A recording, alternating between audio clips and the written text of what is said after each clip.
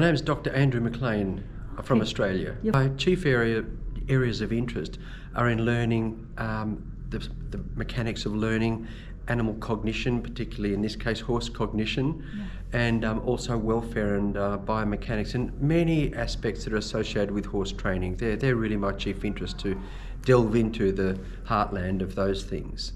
What is a good life for horses that we have in our, whether they're sport horses or leisure horses, whatever we do with them, the more we know about them, the better it must be for them. So I think it's a little bit like, a car mechanic will do a lot better if he knows about engineering, not just how to fix one part of the engine.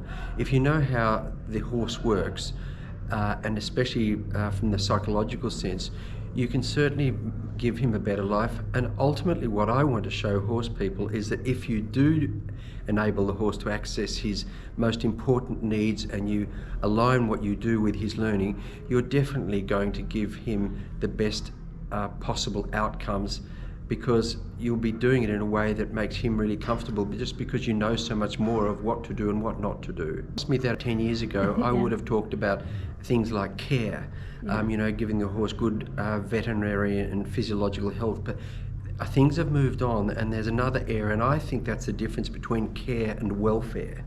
And I really think that's showing up a little bit in this conference, although it's not 100% clear yet. But what I think welfare really is about, to me, is about accessing the horse's basic needs, and those things are things like enable the horse to have adequate access to foraging. So it doesn't, and this is not about a nutrition thing, I'm talking about high fibre food like hay. Enabling the horse to actually chew and munch for X number of hours a day, up to 13 hours a day is what they do in nature.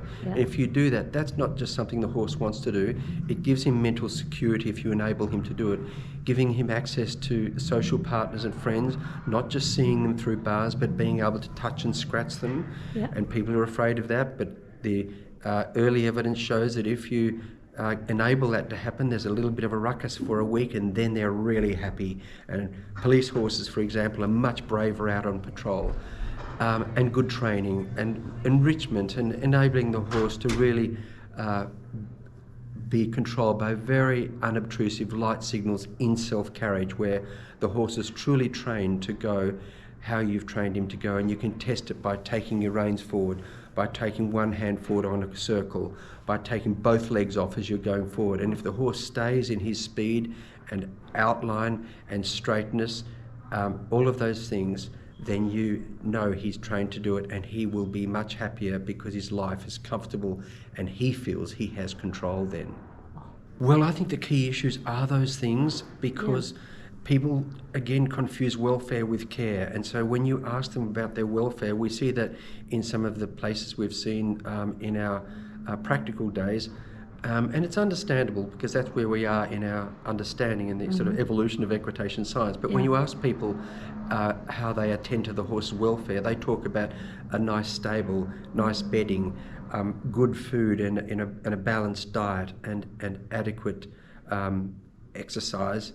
And sometimes that they can see friends and they've got nice stables, but they don't really understand the importance of enabling horses to actually, even with a slow feeder, to just even search for food for many minutes. That's really good for his health, even if he doesn't ingest it, just to nibble and do those actions. And to have access to social partners, probably the social one is the biggest one of all. They are very social animals, just like we are as humans, and isolation is really deadly. It's so bad for them. And if we enable that, we can create a much happier horse. And I think the horse will give so much more to us if we do that. Public perception is really becoming stronger because of social media, so people are constantly and increasingly complaining about what they see before them in competition work and all of those sorts of things. And there are many aspects in competition horses that still need a lot of attention. And I think, again, self-carriage is a really important one, because many horses are too constrained by the bridle and too much under the control of strong aids and heavy kind of controlled riding. And there's no sort of lightness, or not enough lightness and suppleness. So I think to really understand what's good for horses, we'll see a new future in the way we train horses and the way we judge them, where they're much more a much more free kind of moving horse that looks much happier, and certainly without the restrictive tight nosebands. We don't even need nosebands. That's purely because people needed them because they got better marks if they jammed the jaw shut for mouth issues. If you need to jam the jaw shut to train an animal, then that seems to be a wrong way to go. That has no social license.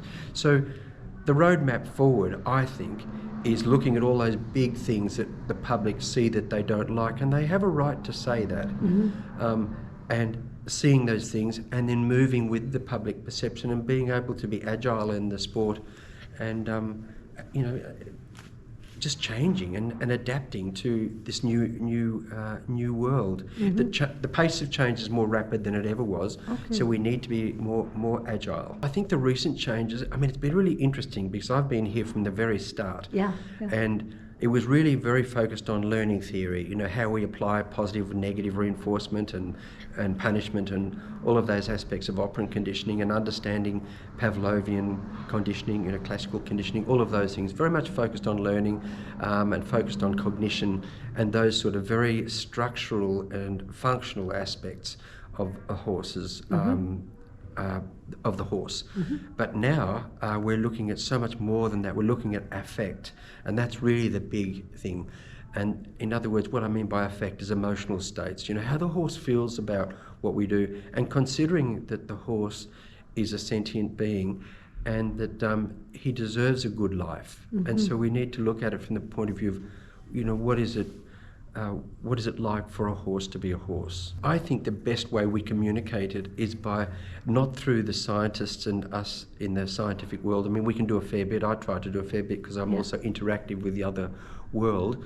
But I think through scientific journalism that's really clear and accurate, I think we can actually convey that in a way. I think journalism is very often the best link we have from the scientific community to the world.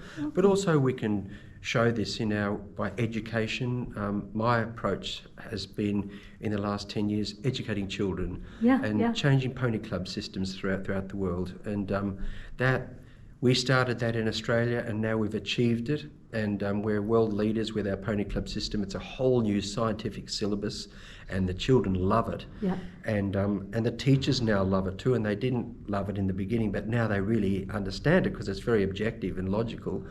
And now we have the UK following us, and New Zealand, and now Canada, everywhere, and America. It's falling like a stack of cards, so it's really interesting. And that is the best way to change the old traditional structures that really didn't have enough, they didn't really ask the right questions about what is a good life for horses. It was much more about how we can use the horse. That was the old days approach. So I think that things are really very much changing now, and I think it starts with education in children and scientific journalism.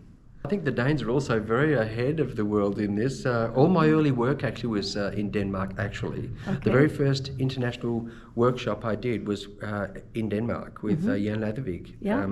So I think and since then the Danes have always been very, very clear and objective about welfare, and I think that is it's a great place to be for a scientist. I mean, we have so many of the great scientists in ISIS are Danish. Janne Christensen, Maria von Rovang. We have so many. Hannah Sassner. There's so many. I've just been involved in so many different projects. This year I've been involved in a legal paper, which I've never written legal papers, but just about the problems within Australia of the way the laws against using electricity on horses in rodeo.